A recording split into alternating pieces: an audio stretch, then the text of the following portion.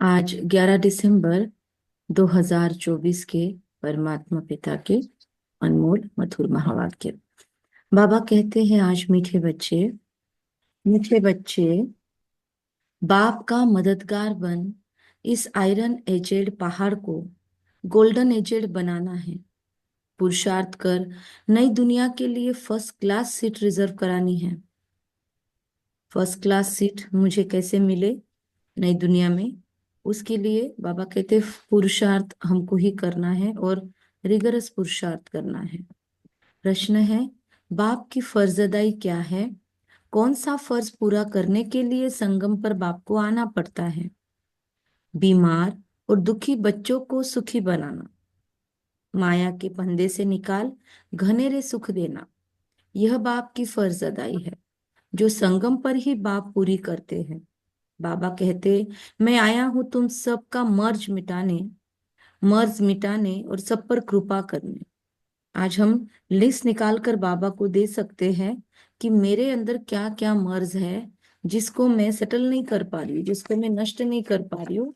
तो उस मर्ज के लिए बाबा से एक्स्ट्रा सपोर्ट आज पूरा दिन भर हम लेते रहेंगे, क्योंकि बाबा कहता है, कल भी बोला कि मेरा फर्ज भी है और आज भी बोल रहा है, मेरी फर्ज अदाई माया के फंदे से तुमको निकाल दुखी से सुखी बनाकर मर्ज मिटाने की है, सब पर कृपा करने की है। तो अब पुरुषार्थ कर 21 जन्मों के लिए मुझे अपनी ऊंची तकदीर बनानी ही है। बहुत दिनों से मुरलियों में गीत नहीं आ रहे थे, आज मुरली में गीत भी है, भोलेनाथ से निराला कोई और नहीं।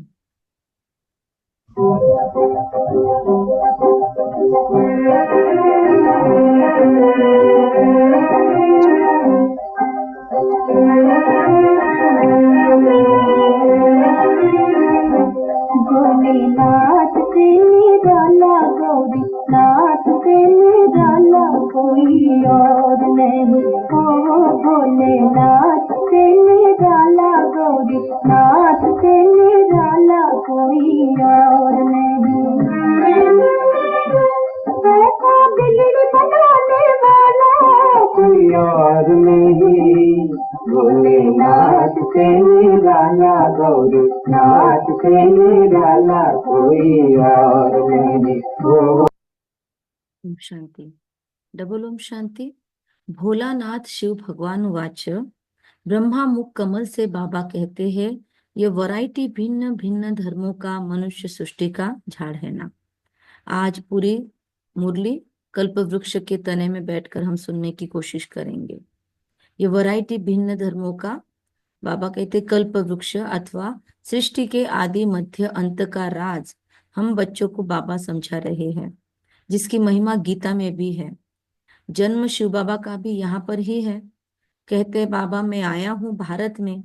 मनुष्य नहीं जानते कि शिव बाबा कब पधारे थे, क्योंकि गीता में श्री कृष्ण का नाम डाल दिया तो बाप के आने की बात खत्म, फिर सर्वव्यापी कह दिया, फिर तो यही पर सब कुछ, तो द्वापर की तो बात ही नहीं। बाबा समझाते, बच्चे 5000 वर्ष पहले भी मैंने आकर यह ज्ञान दिया था। इस झाड़ से सभी को मालूम पड़ जाता है। झाड़ को अच्छी रीति देखो। सतयुग में बरोबर देवी देवताओं का राज्य था। त्रेता में राम सीता का है। बाबा आदि मध्य अंत का राज बतलाते हैं। बच्चे पूछते हैं, बाबा हम माया के फंदे में कब फंसे? जब जब देहभान को अपने नजदीक किया तब तब फंसे। बाबा कहते द्वापर से नंबरवार फिर दूसरे धर्म आते हैं, तो हिसाब लगाने से समझ सकते हैं कि इस दुनिया में हम फिर से कब आएंगे। शिव बाबा कहते हैं 5000 वर्ष के बाद आया हूं संगम पर अपना फर्ज निभाने। सभी जो मनुष्य मात्र है सभी दुखी है, उनमें भी खास भारतवासी। ड्रामा अनुसार भारत को ही मैं सुखी बनाता हूँ दुखी से। बाबा कहते हैं खास और आम पूरी दुनिया में दुख है, पर ज्यादा दुखी भारतवासी है, क्योंकि ज्यादा सुख हम नहीं देखा है तो थोड़ा सा भी दुख ज्यादा भासता है। ड्रामा अनुसार भारत को ही मैं सुखी बनाता हूँ। बाप का फर्ज होता है बच्चे बीमार पड़े तो उनकी दवा दरमल करना। ये बहुत बड़ी बीमारी है। सभी बीमारियों का मूल वासनाएं हैं, 5 विकार हैं। सभी बीमारियों का मूल, आज सारी बीमारियों की लिस्ट निकालेंगे, मर्ज निकालेंगे, तो बाबा कहते हैं सबका मूल देखेंगे, चेक करेंगे। बाबा की ये बात एकदम सही बैठेगी कि 5 विकारों की वजह से ही कोई भी बीमारी है। स्ट्रेस के कारण बीमारियां हैं आज। आज और भी कुछ रिश्तों में भी प्रॉब्लम है तो ईगो के कारण है, मोह के कारण है। और भी बहुत सारी बीमारियां हैं, साइकोसोमेटिक बीमारियां हैं।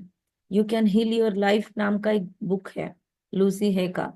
वो अगर आप पढ़ोगे लुइस है का, तो आपको और भी ध्यान में आएगी, क्लैरिटी आएगी कि कैसे हमारे मन के विचार हमारे शरीर पर इफेक्ट डालते हैं, जिसको साइकोसोमेटिक इफेक्ट्स कहते हैं।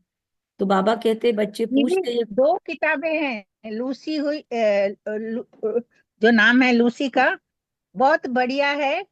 और दूसरी the power of your subconscious mind, ये हमारे कोर्स से जैसे कनेक्टेड है दोनों हाँ, बुक। जोसेफ मर्फी की पावर ऑफ हाँ सबकॉन्शियस हाँ। माइंड, और लूसी है की you can heal your life, और the law of spirit world. ये तीनों बुक हम बीके हैं तो भी हम अच्छे से पढ़े तो समझ सकता है, हमको थोड़ा और क्लैरिटी आएगी ज्ञान की। कुछ कुछ बातें इधर उधर ठीक है, लेकिन हम ज्ञान के हिसाब से उसको पढ़ेंगे तो हमको क्लैरिटी आएगी। ठीक। बाकी बाबा कहते हैं ये सब बीमारियों का जड़ मूल 5 विकार है। बच्चे पूछते हैं लेकिन ये 5 विकार सब बीमारियों का जड़ है, ये कोई किताब में नहीं आएगा। ये तो केवल शिव बाबा बता सकता है रीजन। बाबा एक्चुअली हमको लंबे में नहीं ले जाके उत्तर डायरेक्ट उपाय बताता है, डायरेक्ट सॉल्यूशन बताता है। लेकिन जब कारण में बुद्धि फंसी हुई होती है तो तब ये चीजें मदद करती हैं। डायरेक्ट उपाय पर अगर हम काम करें तो बहुत अच्छा है, लेकिन सबकॉन्शियस माइंड को, हमारे मन को, हमको बुद्धि को हमको समझाना पड़ता है कि क्यों हुआ है ये।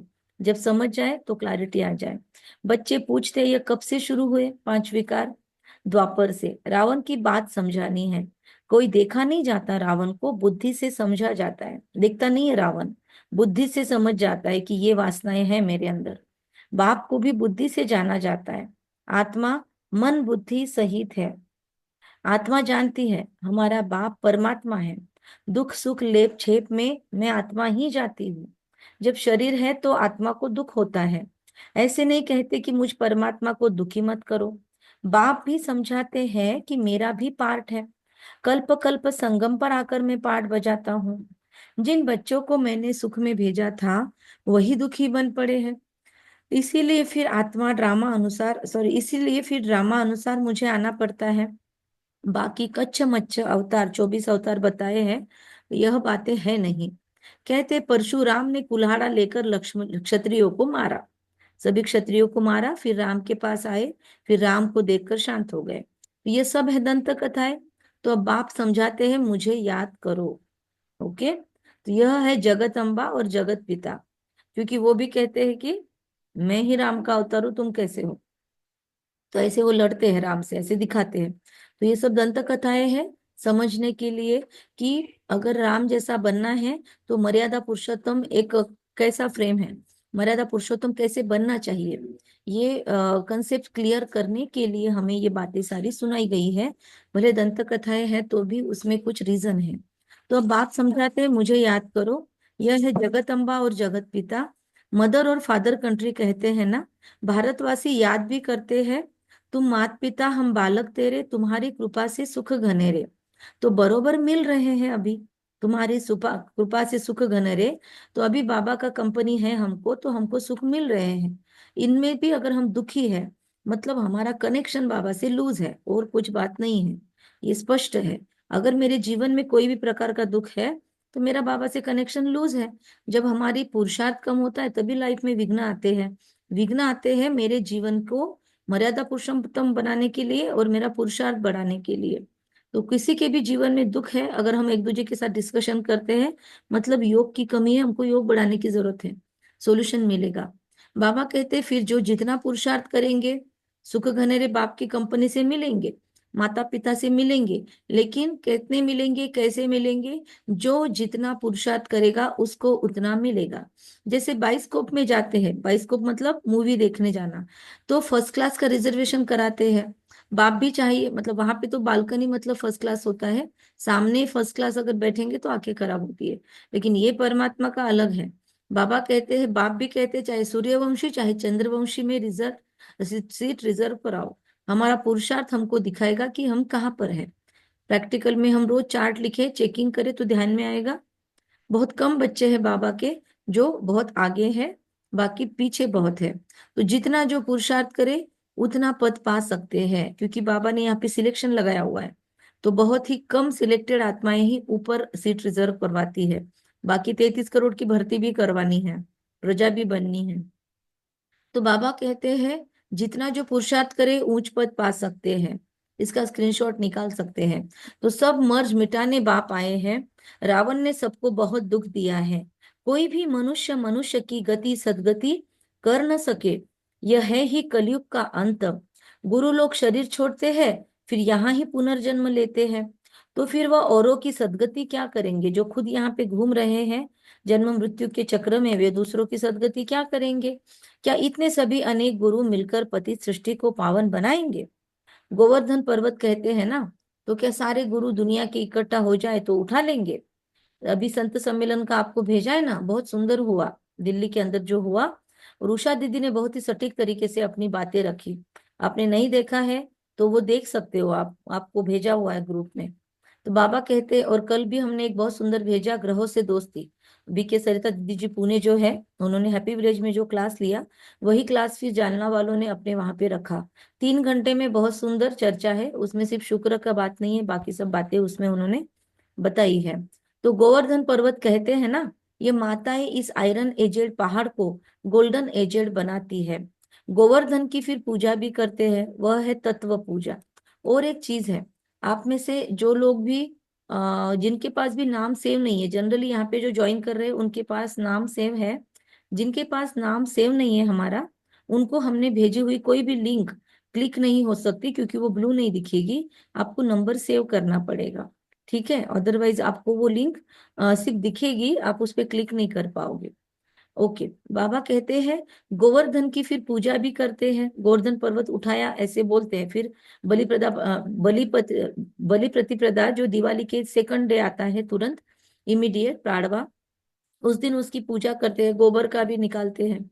लेकिन वो क्या है? तत्व पूजा। गोबर की पूजा करते हैं ना, धरती का तत्व। तो सन्यासी भी ब्रह्म अथवा तत्व को याद करते हैं, समझते हैं वही परमात्मा है, ब्रह्म भगवान है। गोवर्धन पर भी जाते हैं लोग पूजा करने के लिए। बाप कहते हैं यह तो भ्रम है, ब्रह्मांड में तो आत्माएं अंडे मिसल रहती हैं। निराकारी झाड़ भी दिखाया है। अब निराकारी झाड़ की पूजा कैसे कर सकेंगे? हर एक का अपना अपना सेक्शन है निराकारी झाड़ में। हर एक धर्म वाइज वहां पे सेक्शंस बने हुए हैं। और ये बातें इसमें भी आपको क्लियर हो जाएगी the law of spirit world में, कि कैसे 7 तल है। बाबा कहते हैं इस झाड़ का फाउंडेशन है भारत का सूर्यवंशी चंद्रवंशी घराना, फिर वृद्धि होती है। मुख्य है 4 धर्म। तो हिसाब करना चाहिए कौन कौन से धर्म कब आते हैं। जैसे गुरु नानक 5000 वर्ष पहले आए थे, ऐसे तो नहीं सिख लोग कोई 84 जन्म का पाठ बजाते हैं। बाप कहते हैं 84 जन्म सिर्फ तुम ऑलराउंडर ब्राह्मणों के हैं, क्योंकि पिछले 500 वर्ष पहले आए हैं अगर सिख धर्म वाले, तो उनका 84 पूरा भी नहीं हो सकता। तुरंत जन्म लेके मरना पड़ेगा, ऐसा तो नहीं हो सकता। उनको उनके हिसाब से लिमिटेड बर्थ मिलेंगे 500 ईयर्स में। 84 जन्म केवल बी के सोल्स ही ले सकती है। लेकिन बाबा कहते हैं, बाबा ने समझाया है तुम्हारा ही ऑलराउंड पार्ट है। ब्राह्मण बनते हैं अभी, देवता बनते हैं सतयुग में, क्षत्रिय बनते हैं त्रेता युग में, वैश्य बनते हैं व्यापारी बुद्धि के द्वापर में, फिर यहाँ पर संगम पर ब्राह्मण बनते हैं, फिर फरिश्ता बनते हैं संगम युग पर एंड में। और सब कुछ छोड़ छाड़ कर फिर ऊपर जाते हैं ब्रह्मा माँ के साथ। तो परम धाम में फरिश्ता, परम धाम में जाने के पहले फरिश्ता अवस्था, फिर फरिश्ता अवस्था के बाद में मूल स्वरूप अपना बीज रूप अवस्था। तो इस तरीके से हम 5 स्वरूपों में 5 युगों में चक्कर लगाते हैं। बाबा कहते हैं जन्म 84 सिर्फ तुम ऑलराउंडर ब्राह्मणों के हैं। बाबा ने समझाया है कि तुम्हारा ही ऑलराउंड पार्ट है। ब्राह्मण, देवता, क्षत्रिय, वैश्य, क्षुद्र। जो पहले देवी देवता बनते हैं वो सारा चक्र लगाते हैं। और फिर जो पहले नहीं बनेंगे, हम में से भी जो सतयुग के आदि में नहीं आएंगे, उनके कुछ जन्म कम ही होंगे, पूरे 84 नहीं मिलने वाले हैं।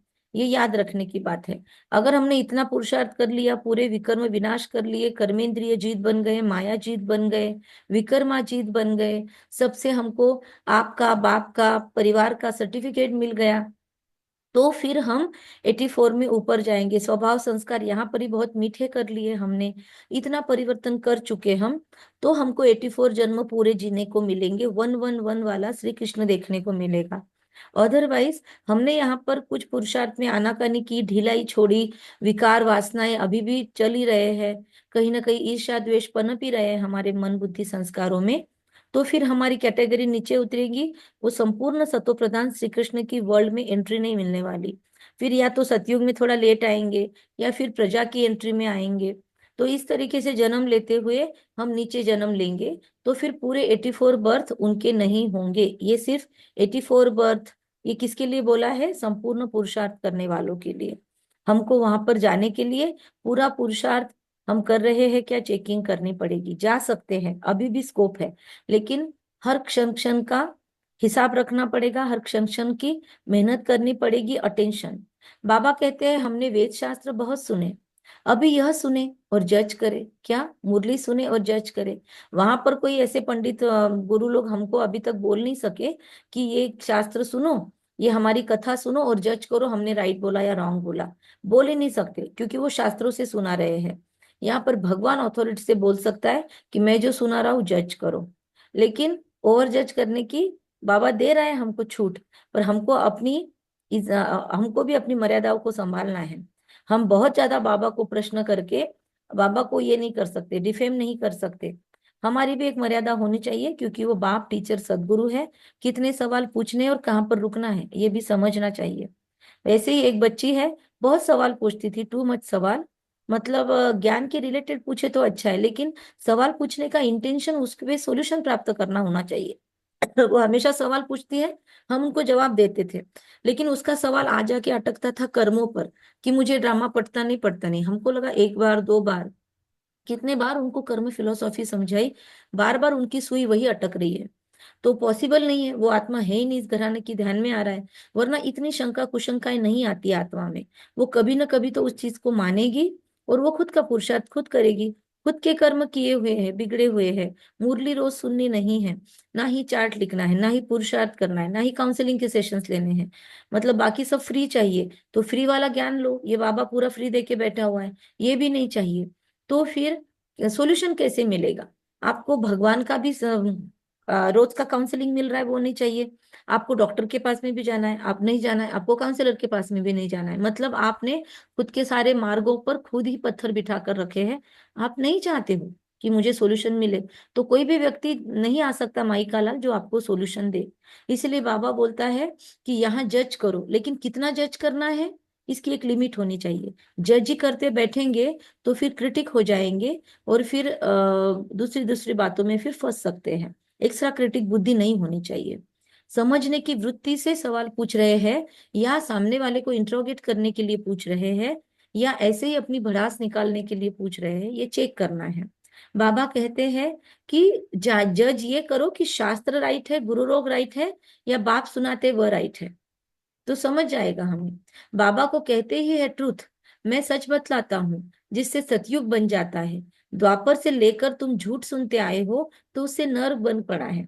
और यहाँ पर बाबा सच बताता है, चलने की कैपेसिटी नहीं है तो वो चिड़चिड़ाहट हमारी निकलती है। तब सोचते नहीं है ये ज्ञान नहीं है हमारे लायक, ज्ञान हमारे लायक है, हम नहीं लायक है उसके। ये क्लैरिटी हमको होनी चाहिए। बाबा कहते हैं मैं तुम्हारा गुलाम हूँ, भक्ति मार्ग में तुम गाते आए हो, मैं गुलाम तेरा। अभी मैं तुम बच्चों की सेवा में आया हूँ। बाबा को निराकारी निरंकारी गाया जाता है। तो बाप कहते हैं मेरा फर्ज है तुम बच्चों को सदा सुखी बनाना। गीता में भी है, अगर अगम निगम के भेद खोले। बाकी डमरू आदि बजाने की कोई बात नहीं है, यह तो आदि मध्य अंत का सारा समाचार सुनाते हैं। बाबा कहते हैं तुम सभी बच्चे एक्टर्स हो, मैं इस समय करावनहार हूँ, मैं इस ब्रह्मा से स्थापना करवाता हूँ। बाकी गीता में जो कुछ लिखा हुआ है वह तो है नहीं। अभी तो प्रैक्टिकल बात है। गीता में बहुत सारी बातें लिखी हुई है, बाबा कहते हैं वह तो है नहीं। अभी प्रैक्टिकल में बाबा हमको समझा रहे हैं। बच्चों को यह ज्ञान और सहज योग सिखलाता हूँ, योग लगवाता हूँ। कहाँ है ना योग लगवाने वाले, झोली भरने वाले, मर्ज मिटाने वाले। आज बाबा की नई महिमा आई है, योग लगवाने वाले, झोली भराने वाले। बाबा कहते योग लगाने वाले, झोली भराने वाले और मर्ज मिटाने वाले। बाबा की ये तीन अनुभूतियां हमको हो सकती है। गीता का भी पूरा अर्थ समझाते हैं बाबा हमको। योग सिखलाता हूँ और सिखलवाता भी हूँ, किसी और के थ्रू भी हमको सिखलवाते हैं। करन करावन हार है बाबा। ठीक है, बाबा के आज यहाँ पे अलग टाइप के स्वमान मिले हैं बाबा के। जो लिख रहे हैं बाबा के स्वमानों की लिस्ट बना रहे हैं, तो वो ये लिख सकते हैं अपने नोटबुक के पीछे। किसने किसने बनाया है ऐसे नोटबुक के पीछे स्वमानों की लिस्ट, बाबा के स्वमानों की लिस्ट, फिर अलग अलग चीजें, ड्रामा के अलग अलग पॉइंट, सतयुग के नाम। ऐसे आप लोगों में से कौन कर रहा है रेगुलर होमवर्क, कि ऐसे बनाया हुआ है और नोटबुक के पीछे जब जब ये आता है उसमें लिखते जाते? कोई है आप में से ऐसा? तो हैंड रेज कर सकते हैं या बोल भी दीदी सकते। मैंने दीदी मैंने कुछ दिन पहले एक नोटबुक में बनाया था, अभी नहीं कर रही हूँ, लेकिन पहले पूरे सोमान का मैंने पूरा लिस्ट बनाती थी। मैं हर दिन बाबा जो सोमान देते थे, ओके, एवरीडे प्रमिला बहन ने बेसिस। बनाया हुआ है। Very good. प्रमिला बहन कितने हो गए अभी तक स्वमान? बाबा के कितने हो गए हैं? थोड़ा सा ग्रुप में काउंटिंग डाल देना। चलिए, तो बाबा हाँ, कितने? नो ओके, ग्रुप में डाल दे। रेगुलर है, लेकिन जब जब मिलता है नया नया तो डालते रहते हैं। हाँ, लेकिन फिर आज काउंट करना थोड़ा, कितने हो हाँ, गए आपके। ओके, बहुत अच्छा, आपने रेगुलर मेंटेन किया है इस चीज को। हमारी भी लिस्ट बनाई हुई है, हमने एक लिस्ट का नोटबुक ही बना लिया अभी, क्योंकि ये मुरली की डायरिया चेंज होती रहती है, तो वो लिस्ट हमारे साथ हमेशा रहेगी। इसलिए बाबा जब जब बोलता है लिस्ट निकालो, तब तब हम उस डायरी में शुरू करते हैं। लेकिन पिछले एक हफ्ते से हमारा पेंडिंग है, बहुत सारी लिस्ट हमारी बनी नहीं है, इसीलिए स्क्रीनशॉट हमने संभाल के रखे। और इसलिए मुरली चिंतन ग्रुप को हम ऑटो क्लियरेंस का हमने मोड नहीं रखा है। कभी के भी मुरली जब से आप ज्वाइन हो तब से लेकर अभी तक का चार्ट आप पढ़ सकते हो, और फिर से पिछला पुरुषार्थ कुछ चूक गया है तो वो कर सकते हैं। पिछला होमवर्क कुछ बाकी है तो फिर जब से आप ज्वाइन हुए हो तब से पीछे का पुरुषार्थ आप कर सकते हो। डेली मुरली ईश्वरीय महावाक्य में भी जब से आप ज्वाइन हुए हो उस ग्रुप में, तब से लेकर आज तक आपने जितनी मुरली आई हुई है, कहीं की भी मुरली आप सुन सकते हो, सिर्फ आपका मोबाइल फॉर्मेट नहीं हुआ हो तो। बाबा कहते कहाँ है ना, बाबा आगे कहते हैं कि बच्चे योग सीख कर फिर औरों को सिखलाते हैं ना। हमको आता है क्या योग? तो देखना चाहिए। कहते हैं योग कल गौरीशंकर भाई ने या किसी ने ग्रुप में शेयर किया ना मुरली चिंतन में, वो रूहानी बच्ची कितना सुंदर योग करवा रही है वो आत्मा। देखो छोटी सी आत्मा, और रियली वो जब कमेंट्री कर रही थी तो उसने जो पॉज ले लिया बीच में फरिश्ता बनने के पहले, वो प्रैक्टिकल वो बादलों की दुनिया को फील कर रही थी। तो कितना सुंदर वो अनुभव है। तो इतनी छोटी सी बच्ची अगर योग करवा सकती है तो हमको तो सीखना ही चाहिए। कहते हैं योग से हमारी ज्योत जगाने वाले, महाज्योति कहते हैं बाबा को, ज्योति स्वरूप कहते हैं, ज्योतिर्लिंगम कहते हैं, क्योंकि वो मुझे आत्मा की ज्योति जगाते हैं। महसूस करे मुझ आत्मा की ज्योति बुझ रही है, बाबा बाबा मुझे आके प्रज्वलित कर रहा है। और इस योग अग्नि से मेरे गंदगी के संस्कार, वासनाएं, विकार, अलबेलापन, आलस्य अंदर ही अंदर नष्ट हो रहा है। उस छोटी सी चिंगारी से ज्वालामुखी पुरुषार्थ उद्दीपित हो गया है मुझ में। मेरे अंदर की सारी वासनाएं क्लीन हो रही है, मेरी साधना उन्नत हो रही है। सुनिए उसी स्वरूप में मुरली कहते हैं योग से हमारी ज्योत जगाने वाले। और अभी भी आप लोग कल्प वृक्ष के तने में बैठे हैं ना, चेक करो या उतर गए। तो आज पूरी मुरली कल्प वृक्ष के तने में बैठ के सुननी है। और अभी बाबा ने दे दिया ज्योति जगा दी, तो कल्प वृक्ष के तने में मैं ज्योति जगी हुई आत्मा बैठकर मुरली सुन रही हूँ। ऐसे गीत भी कोई घर में बैठकर सुने तो सारा ज्ञान बुद्धि में चक्र लगाएगा। कौन सा गीत था? भोलेनाथ से निराला कोई और नहीं, और कल था कौन आया मेरे मन के द्वारे। तो अभी गीत शुरू हुए हैं वापिस। तो बाप की याद से वर्षे का भी नशा चढ़ेगा। परसों ही हमने सोचा था बाबा ने आजकल गीत ही बंद कर दिए मुरली में, आजकल गीत नहीं आ रहे हैं, और कल बाबा ने गीत दे दिया। छोटी छोटी बाबा कैसे कैच करता होगा मुरली, पता नहीं मुरली में और कैसे जवाब मिलते होंगे उसके। मतलब हमने सोचा परसों, बाबा की मुरली चली हुई है बरसों पहले, और जवाब मिल रहा है मुरलियों में। तो क्या सुंदर टेक्निक है बाबा की, बाबा ही जाने। बाप की याद से वर्षे का भी नशा चढ़ेगा। सिर्फ परमात्मा व भगवान कहने से मुख मीठा नहीं होता, बाबा माना ही वर्षा। अब हम बच्चे बाबा से आदि मध्य अंत का ज्ञान सुनकर फिर औरों को सुनाते हैं, इसे ही शंखध्वनि कहा जाता है। हमको और कोई पुस्तक आदि हाथ में नहीं है, बच्चों को सिर्फ धारणा करनी होती है। हम हैं सच्चे रूहानी ब्राह्मण, रूहानी बाप के बच्चे। सच्ची गीता से भारत स्वर्ग बनता है, वह तो सिर्फ कथाएं बैठकर बनाई है। दुनिया में बाबा कहते दंत कथाएं बहुत सारी है, तो कथाएं बनकर बनाई, बैठकर बनाई है। हम सब पार्वतियां हैं, हमको ये अमर कथा बाबा सुना रहे हैं।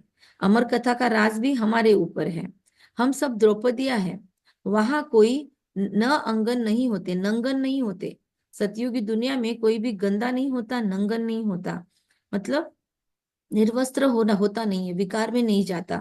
कहते हैं तब बच्चे पैदा कैसे होंगे, मतलब काम वासनाएं नहीं हो जीवन में तो बच्चे कैसे पैदा होंगे। अरे है ही निर्विकारी, विकार की बात कैसे हो सकती है। जिसने गृहस्थ में रह के संपूर्ण पवित्रता का अनुभव नहीं लिया है, वो इन बातों को नहीं समझ पाएंगे। बाबा के बच्चे समझ पाते हैं कैसे कैसे विघ्न आते हैं, कैसे कैसे उसको जीतते हैं, कैसे हारते हैं, कैसे कैसे छोटी छोटी बातों से विकार फिर से उपजते हैं, फिर से कैसे जीत पाते हैं, फिर से कैसे पवित्रता का पुरुषार्थ करना होता है। तो ये आत्माएं ज्यादा अनुभवी हो जाती है। लेकिन जिन्होंने ये पुरुषार्थ ही कभी किया नहीं, हार खा ली, मतलब पुरुषार्थ करने के पहले कुछ लोग हार खा लेते कि हमसे नहीं हो सकता, तो बाबा कहते हैं फिर अरे है ही निर्विकारी, तो विकार की बात कैसे हो सकती है। तुम समझ नहीं सकेंगे कि योग बल से बच्चे कैसे पैदा होंगे। बाबा ने डायरेक्ट बोल दिया, जिन्होंने प्रैक्टिकल में प्रयास ही नहीं किया है, तो बाबा कहते हैं उनको समझ नहीं सकेगा कि योग बल से बच्चे कैसे पैदा होंगे, बल कैसे मिलता है, योग से ताकत कैसे मिलती है। ये वही समझ सकेगा जिसने एक दो बार माया से हार खाई है, या फिर माया आई और जीत लिया उसको, तो उसको ध्यान में आता है कि माया का बल कैसे हावी होता है और हमने कैसे अपना बल अप्लाई करके उसको जीता है। तो बाबा कहते हैं ये योग बल की बात हम बच्चे जान सकते हैं, दुनिया वाले नहीं समझ सकेंगे कैसे बच्चे योग बल से पैदा होंगे। तुम आर्ग्यू करेंगे, वो लोग आर्ग्यू करेंगे, आर्ग्यू करेंगे मतलब बहस करेंगे, परंतु ये शास्त्रों की बातें हैं। तो फिर आर्ग्यू करने वालों को उत्तर देना चाहिए या नहीं देना चाहिए, क्या कहेंगे आप। आप मैसेज में लिख सकते हो यस और नो। आर्ग्यू कोई हमसे कर रहा है, बहसबाजी कर रहा है आके, ज्ञान के पॉइंट पर, पवित्रता के पॉइंट पर, किसी भी मुरली के पॉइंट पर, तो हमको उससे आर्ग्यू करना चाहिए या नहीं करना चाहिए। डिबेट करने वालों से डिबेट करना चाहिए कि नहीं करना चाहिए, वाई और एन, यस और नो, आप लोग लिख दो मैसेज में। बाबा कहते हैं ये शास्त्रों की बातें हैं ना, वह है संपूर्ण निर्विकारी दुनिया, ये विकारी दुनिया है। मैं जानता हूँ ड्रामा अनुसार माया फिर तुमको दुखी करेंगी, बाबा नोज एवरीथिंग। मैं कल्प कल्प अपना फर्ज पालन करने आता हूँ। जानते हैं कल्प पहले वाले सिखिलदे ही आकर अपना वर्षा लेंगे। बाबा तो सेवा करने आए हैं, हमको अकल भी होनी चाहिए कि हम उसकी सेवा ले। अगर हमको नहीं है तो बाबा कितना भी आए कोई फायदा नहीं है हमारी लाइफ में, हम नहीं उसको यूटिलाइज कर सकेंगे। तो अपने अपने को चेक करना है, मैं बाबा की कितनी सेवा लेता हूँ, मैं दिन भर बाबा को कितना एंगेज करती हूँ या खाली रखती हूँ। बाबा बोलता है दिन रात use me use me use me, I am using him और I am wasting this opportunity, let us check. बाबा कहते हैं कि जानते हैं कल्प पहले वाले सिखिलदे ही आकर अपना वर्षा लेंगे, आसार भी दिखाते हैं। आसार हम भी दिखाते बाबा को कि हम कल्प पहले वाले है कि नहीं, और आसार दुनिया के भी देखने को मिल रहे हैं। बाबा कहते आसार दिखाते, इस वर्ड के दोनों मीनिंग हो सकते हैं कि हम सिखिलदे है कि नहीं। आसार माने आशा। नहीं, आसार माना सिम्टम्स, आसार माना आशा नहीं, आसार का मीनिंग होता है सिम्टम। आसार भी दिखाते हैं, तो सिम्टम्स दिख जाते हैं कि हम सिखिलदे बाबा के बच्चे पहले के जैसा वर्षा ले रहे हैं कि नहीं ले रहे हैं, बाबा की फर्ज अदाई का उपयोग कर रहे हैं कि नहीं कर रहे हैं।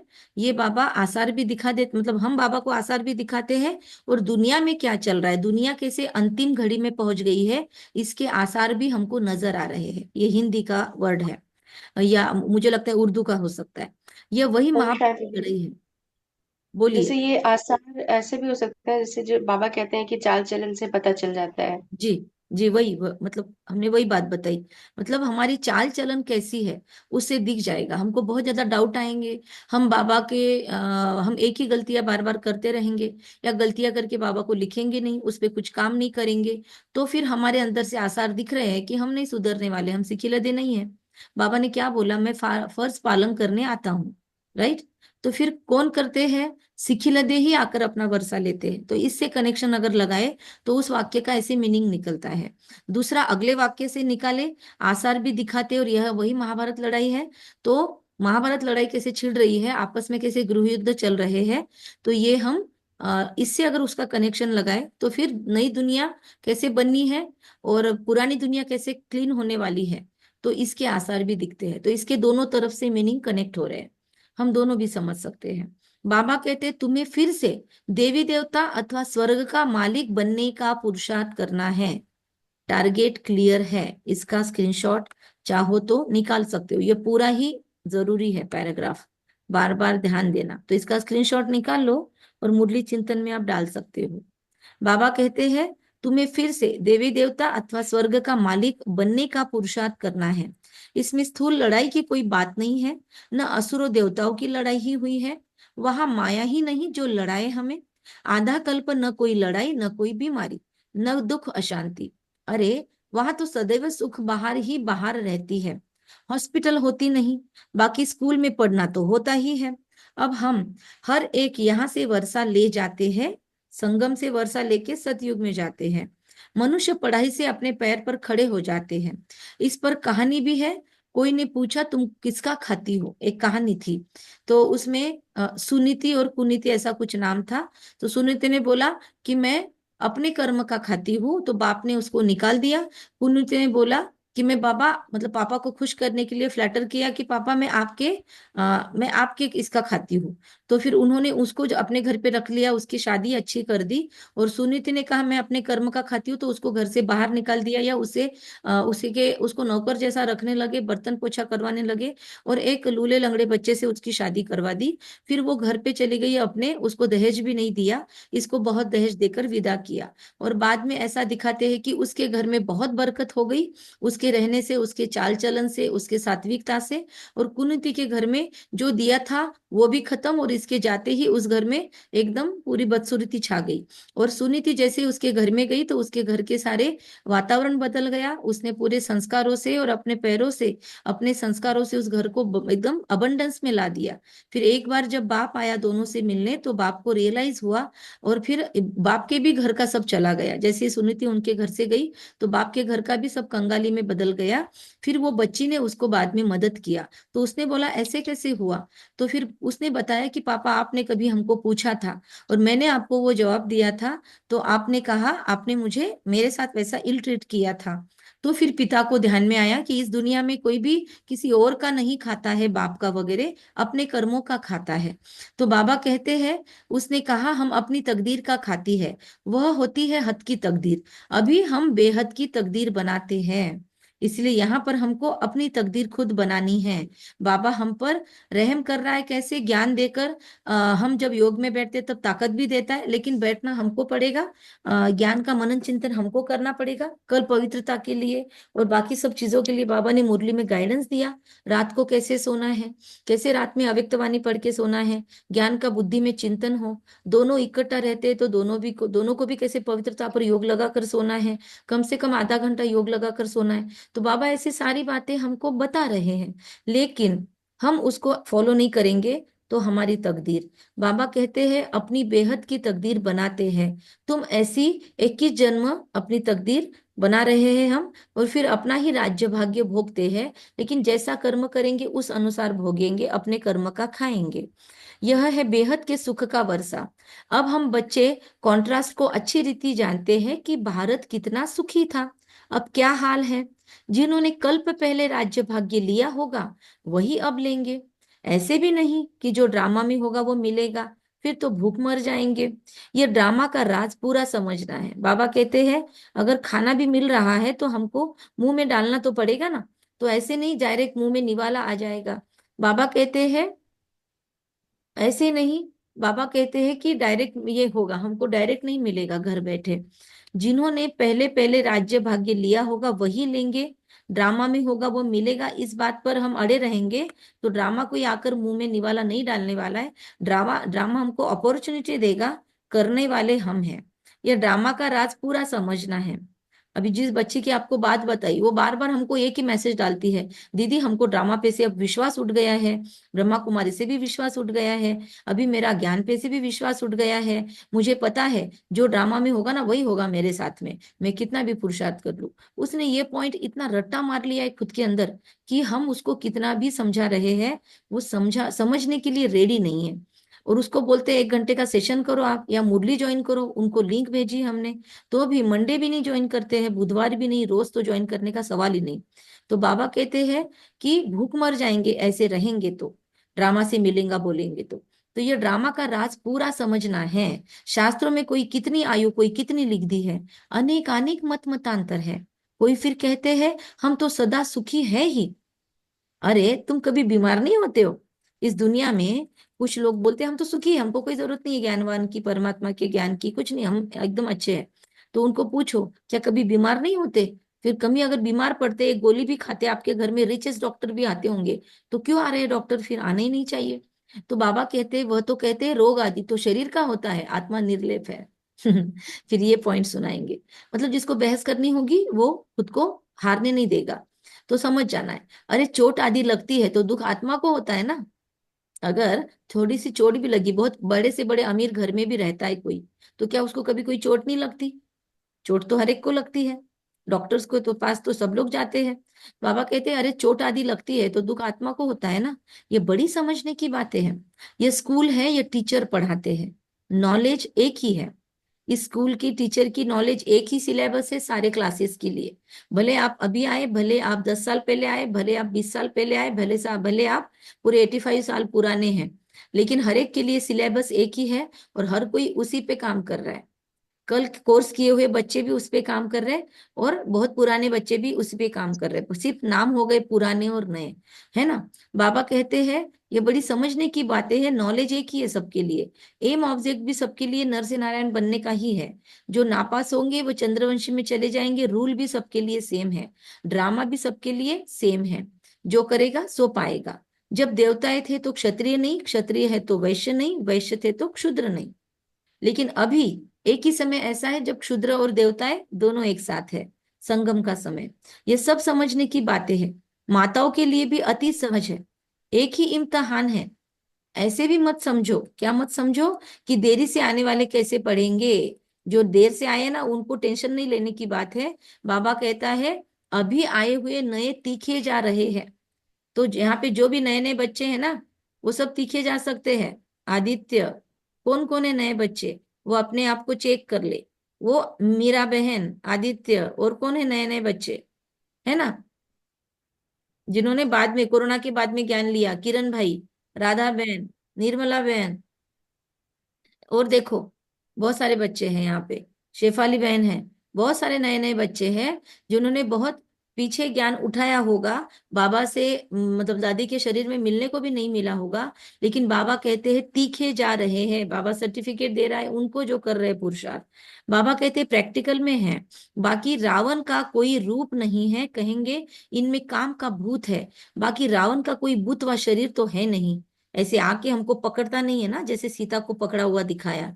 रावण का भूत है जिसका बुत बनाते हैं, लेकिन वो हमारे अंदर बसा हुआ है और हम उसका चेकिंग रोज चार्ट लिखेंगे, घंटे घंटे का जो पुरुषार्थ है वो करते रहेंगे ना, तो इमोशनल फ्रीक्वेंसी हर घंटे से चेक करेंगे तो हमको ध्यान में आ सकता है। अच्छा, सभी बातों का सैक्रिन है मन मना भव। कहते हैं मुझे याद करो तो इस योग अग्नि से विकर्म विनाश होंगे। बाप गाइड बनकर आते हैं, कहते बच्चे मैं तो सम्मुख तुम बच्चों को पढ़ा रहा हूँ, कल्प कल्प अपनी फर्ज अदाई पालन करता हूँ। पारलौकिक बाबा कहते हैं मैं अपना फर्ज निभाने आया हूँ। कितनी बार बोला बाबा ने आज, मैं अपना फर्ज निभाने आया हूँ, कल भी बोला था। तो बाबा को फर्ज अदाई करने का मौका तो दो। तुम बच्चों की मदद से मैं अपना फर्ज निभाने आया हूँ।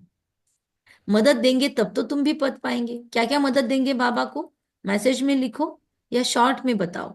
बाबा को मदद क्या क्या देंगे हम? बाबा बोलता है आपकी मदद से मैं अपनी फर्ज अदाई कर सकता हूँ।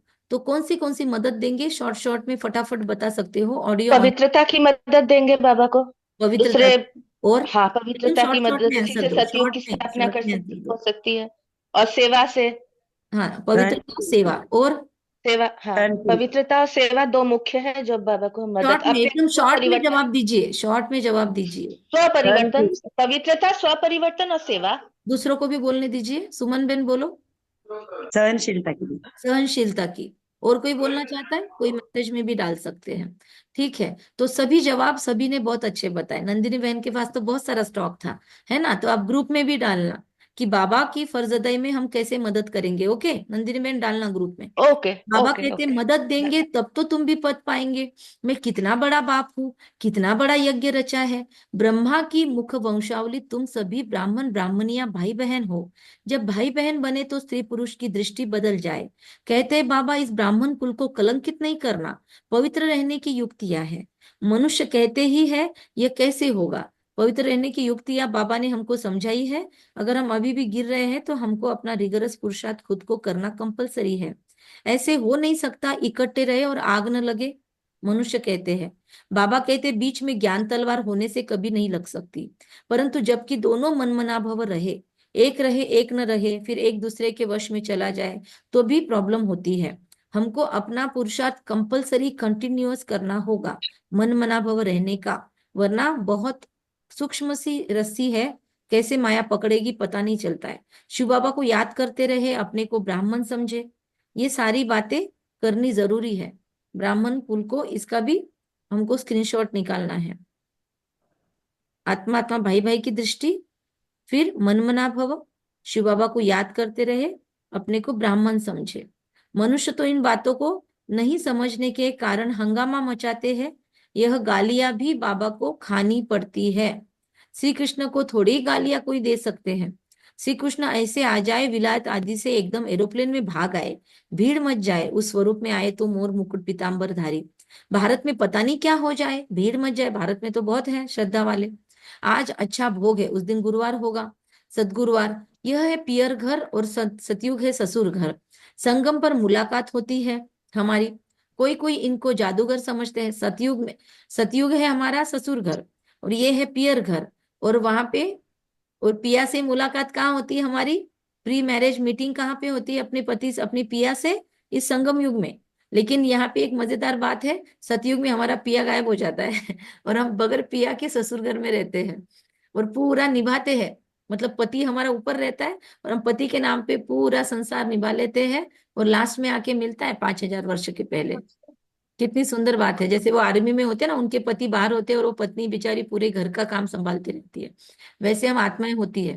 बाबा कहते हैं अगर संगम पर मुलाकात होती है, कोई कोई इनको जादूगर समझते हैं। बाबा ने समझाया है ये साक्षात्कार क्या है, भक्ति मार्ग में कैसे साक्षात्कार होते हैं।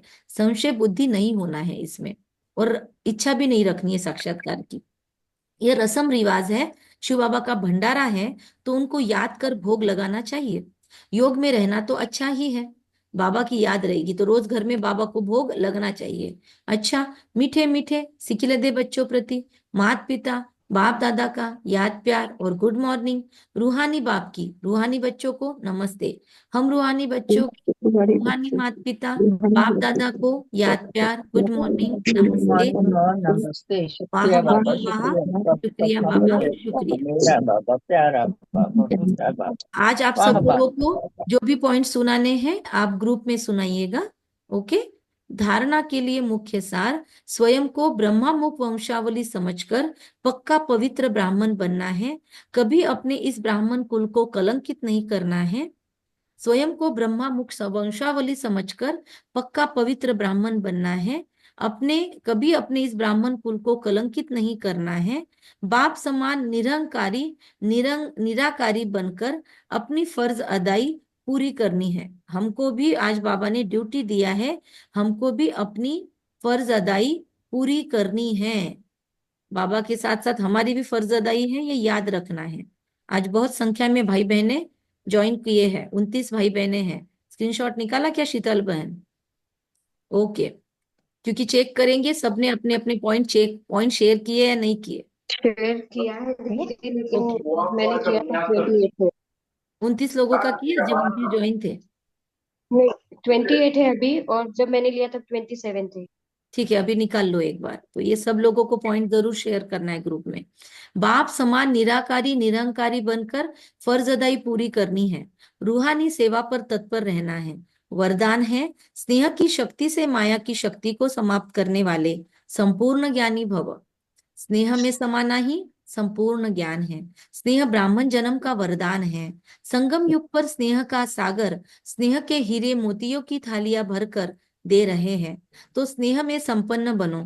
स्नेह की शक्ति से परिस्थिति रूपी पहाड़ परिवर्तन हो, पानी समान हल्का बन जाएगा। माया का कैसा भी विकराल रूप रॉयल रूप सामना करे, सेकंड में स्नेह के सागर में समा जाओ। स्नेह की शक्ति से माया की शक्ति को समाप्त करने वाली मैं संपूर्ण ज्ञानी आत्मा। स्नेह में समा जाना यही संपूर्ण ज्ञान है। ब्राह्मण जन्म का यह स्नेह वरदान है। संगम युग पर हमें स्नेह का सागर हीरे मोतियों की थालियां भर भर कर दे रहे हैं। तो मुझे स्नेह से संपन्न बनना है। बाबा का स्नेह मुझे खुद में भर लेना है, योग का अपना चार्ट बढ़ाकर। स्नेह की शक्ति से परिस्थिति रूपी पहाड़ परिवर्तन होकर पानी समान हल्के हो जाएंगे। आज रूही भी नहीं बोला, पानी समान हल्का हो जाएगा। माया का कैसा भी विकराल रूप व रॉयल रूप सामना करे, सेकंड में स्नेह के सागर में मुझे समा जाना है। तो स्नेह की शक्ति से माया की शक्ति समाप्त हो जाएगी, गारंटी है बाबा की। तन मन धन कोई भी पुरुषार्थ मुश्किल जा रहा है, नहीं हो रहा है, पवित्रता का भी प्रॉब्लम आ रहा है, आज स्नेह की शक्ति बाबा की खुद में भर के इस विकार पर विजय प्राप्त कर सकते हैं क्या? ट्राई करना, क्योंकि बाबा ने गारंटी दी है। बाबा कहते हैं तन मन धन मन वाणी और कर्म से बाप के कर्तव्य में सदा सहयोगी ही योगी है। कौन है योगी? व्याख्या बताई। तन मन धन मन वाणी कर्म से बाप के कर्तव्य में सदा सहयोगी ही योगी है। ओके राधा बेन, आप ग्रुप में शेयर कर देना। ओके अच्छा, कम बोलेंगे, धीरे बोलेंगे, मीठा बोलेंगे, सत्य बोलेंगे, सोच समझ कर बोलेंगे, निमित्त भाव निर्माण भाव और निर्मल वाणी रखेंगे। लिस्ट कोई, तो आप लोग चाहो तो ग्रुप में शेयर कर सकते हो अपने अपने पॉइंट्स। अच्छा, ओम शांति। थैंक यू मीठे बाबा।